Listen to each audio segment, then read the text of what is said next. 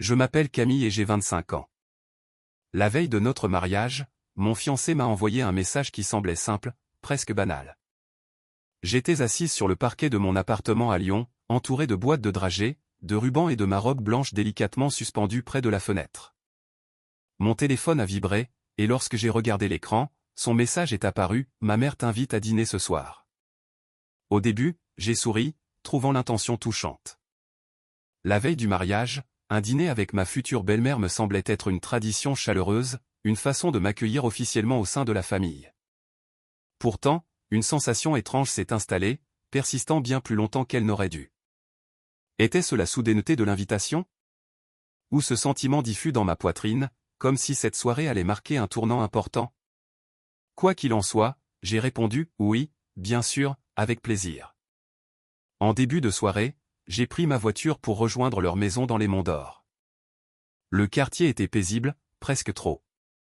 La demeure familiale se dressait au bout de l'allée, avec des lumières tamisées brillant derrière les fenêtres. En sortant de la voiture, l'odeur des herbes de Provence et d'un plat mijoté flottait dans l'air frais. Mon fiancé a ouvert la porte avec un grand sourire, m'a embrassé sur les joues et m'a fait entrer comme si rien ne pouvait altérer ce moment parfait. Sa mère m'a accueilli avec politesse, fidèle à son habitude, amicale, mais avec une forme de distance que je n'avais jamais su expliquer. « Camille » a-t-elle dit doucement, « je suis heureuse que tu sois venue. » La table était dressée avec raffinement, plus élégamment que je ne l'aurais imaginé. Les bougies vacillaient, reflétant leur lueur sur les verres en cristal. Pendant un instant, tout semblait idéal, une parenthèse sereine avant le plus beau jour de ma vie. Le dîner a commencé par une conversation légère, mon fiancé parlait du programme du lendemain, de l'arrivée des invités à la mairie, de la musique et des compositions florales. Sa mère écoutait, souriant parfois, ou m'observant avec un regard que je ne parvenais pas à percer. J'ai essayé de me détendre, me rappelant que demain, je deviendrais officiellement membre de cette famille. Mais à mesure que la soirée avançait, une gêne subtile s'est installée. Des regards complices étaient échangés entre mon fiancé et sa mère par-dessus la table. Pas des regards évidents, juste de brèves œillades, comme des messages silencieux transmis sans un mot. Une ou deux fois, ils se sont penchés l'un vers l'autre pour chuchoter. J'ai chassé cette pensée, les familles ont leurs propres habitudes, leurs codes secrets. Pourtant, le malaise persistait, comme une question en suspens dans un coin de mon esprit. Au moment du dessert, les bougies avaient brûlé et la pièce semblait plus étouffante. Nous avons ri de choses insignifiantes, de souvenirs d'enfance, du chaos logistique des mariages. Puis, soudain, vers la fin de la soirée, un détail a glacé mon sang. Ma future belle-mère s'est penchée vers mon fiancé et a murmuré quelques mots dans une langue à laquelle je ne m'attendais pas. C'était fluide, chantant, c'était incontestablement de l'italien. J'ai levé les yeux, surprise. Mon fiancé a répondu instantanément, avec le même naturel, la même aisance.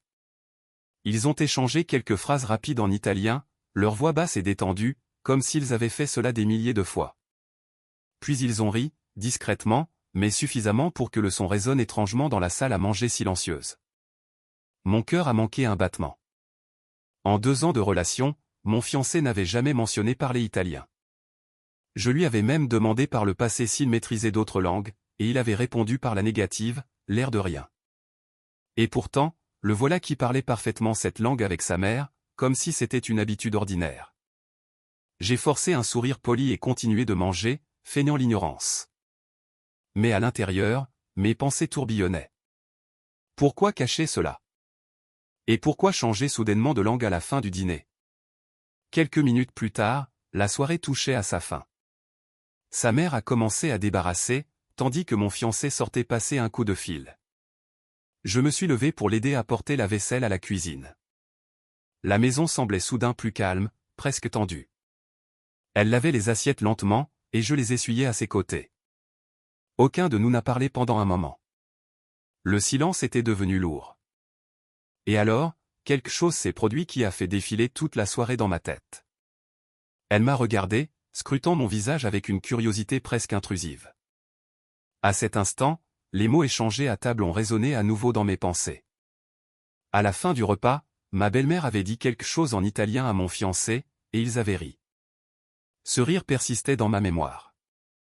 J'ai posé la dernière assiette sur le plan de travail, je me suis tourné vers elle avec un sourire calme et j'ai doucement pris la main de ma belle-mère. Car avant de quitter cette maison, j'avais besoin de comprendre ce qui avait été dit. Un instinct profond me soufflait que ce que j'allais découvrir changerait peut-être tout pour le mariage du lendemain. Je tenais toujours sa main, et le silence dans la cuisine s'épaississait. La lumière chaude au-dessus de l'évier se reflétait sur la vaisselle propre. Je la regardais avec sérénité, bien que mon cœur batte la chamade. Ce moment à table tournait en boucle dans mon esprit. À la fin de la soirée, ma future belle-mère avait dit quelque chose en italien à mon futur époux, et ils avaient ri. Un rire discret, mais chargé d'un poids étrange. J'ai finalement brisé le silence avec un sourire doux. Je ne savais pas que vous parliez italien tous les deux, ai-je dit calmement. Elle s'est interrompue en essuyant un verre et m'a regardé. Pendant une seconde, son expression est restée neutre, puis ses yeux se sont plissés, empreints de curiosité. « Cela t'a surprise ?» a-t-elle demandé. J'ai hoché la tête. Un peu. En 2 ans, il n'en a jamais parlé. Elle a posé le verre et a plié le torchon avec lenteur, comme si elle pesait chacun de ses mots. Eh bien, a-t-elle dit doucement, certains sujets ne viennent pas toujours dans la conversation. J'ai hoché la tête à nouveau, feignant d'accepter cette réponse. Mais en réalité, quelque chose de plus profond me dérangeait. Mon fiancé n'avait jamais été du genre à cacher des choses. Du moins, c'est ce que j'avais toujours cru. À cet instant, la porte d'entrée s'est ouverte et ses pas ont résonné dans le couloir. En revenant de son appel, il est entré dans la cuisine avec ce même sourire détendu. « Tout va bien ici ?» a-t-il demandé. Sa mère et moi l'avons regardé. Pendant un bref instant, nous sommes restés là, dans un triangle de silence gênant. Puis sa mère a dit, avec désinvolture, Camille posait des questions sur l'italien que nous parlions tout à l'heure. Le sourire sur son visage a vacillé une fraction de seconde. C'était subtil, mais je l'ai remarqué. « Oh » a-t-il dit rapidement en s'appuyant contre le plan de travail. Oui, ma mère et moi avions l'habitude de le parler quand j'étais plus jeune. J'ai croisé les bras, gardant mon sourire. C'est intéressant, ai-je répondu, parce que tout à l'heure, tu m'as dit que tu ne parlais aucune autre langue. Il a hésité. C'était la première fois de la soirée qu'il paraissait mal à l'aise. J'imagine que je n'ai jamais pensé que c'était important, a-t-il dit en haussant les épaules. Mais son ton semblait répéter, apprêté. La cuisine est redevenue silencieuse. Sa mère a jeté un regard nerveux entre nous, puis a soudainement ajouté, « Eh bien, il se fait tard. Demain est un grand jour. » Mon fiancé a acquiescé. Oui, nous devrions probablement aller nous reposer. Mais avant que l'occasion ne m'échappe, j'ai repris la parole. Ma voix était calme mais ferme. Qu'est-ce que vous vous êtes dit exactement en italien à table? La question flottait dans l'air, tendue comme un fil sur le point de rompre. Mon fiancé a jeté un regard rapide à sa mère.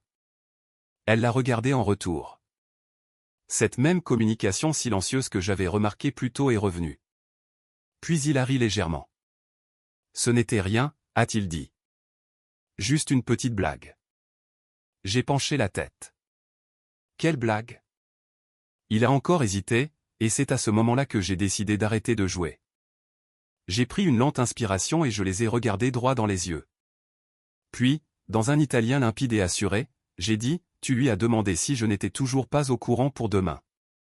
Et il t'a répondu de ne pas t'inquiéter, parce que je n'avais aucune idée de rien. L'effet a été immédiat. Mon fiancé s'est figé. Les yeux de sa mère se sont écarquillés sous le choc. Un silence absolu est retombé sur la cuisine.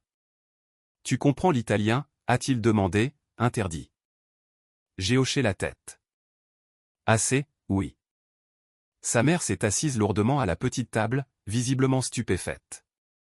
Mon fiancé s'est frotté la nuque, cherchant ses mots. D'accord, a-t-il fini par dire. J'imagine que l'effet de surprise est gâché. Quelle surprise, ai-je demandé. Il m'a regardé avec un sourire embarrassé. Demain, après le mariage, on avait prévu de t'annoncer quelque chose d'important. Mon cœur battait à tout rompre. Annoncer quoi? Il a expiré bruyamment et a parlé avec précaution. Nous déménageons en Italie. Pendant un moment, je n'ai pas réagi. Les mots semblaient irréels. Déménager, ai-je répété. Oui, a-t-il dit rapidement. J'ai accepté un poste là-bas il y a quelques mois. C'est une opportunité incroyable. Ma mère m'a aidé à tout organiser. Ma poitrine s'est serrée. Tu as pris cette décision il y a des mois. Il a hoché la tête. Je voulais te faire la surprise demain, après la cérémonie. Imagine, un nouveau pays, une nouvelle vie, une aventure à deux. Je l'ai fixé, sidéré. Tu as planifié tout mon avenir sans même m'en parler. Son sourire s'est effacé. Je pensais que ça te rendrait heureuse. J'ai regardé ces deux personnes dans cette cuisine, réalisant soudain une vérité essentielle. Ce n'était pas le déménagement en soi qui me blessait, c'était le fait qu'ils avaient tout décidé à ma place, en riant de mon ignorance. J'ai saisi mon sac à main avec calme. Camille, attends, a-t-il dit précipitamment. Mais je me suis dirigé vers la porte et je me suis retourné une dernière fois. Merci pour le dîner, ai-je dit doucement. Mais demain, il n'y aura pas de mariage. Son visage est devenu livide. Quoi? Je l'ai regardé droit dans les yeux, avec détermination. Parce que la personne que j'épouserai devra être quelqu'un qui prend des décisions avec moi, et non pas à ma place. La maison était silencieuse alors que je sortais dans la fraîcheur de la nuit. Les étoiles au-dessus de la rue étaient éclatantes. Et pour la première fois de la soirée, j'ai ressenti quelque chose d'inattendu, la paix. Parfois, le geste le plus courageux consiste à tourner le dos à la vie que quelqu'un d'autre a tracée pour vous, afin de choisir la vôtre.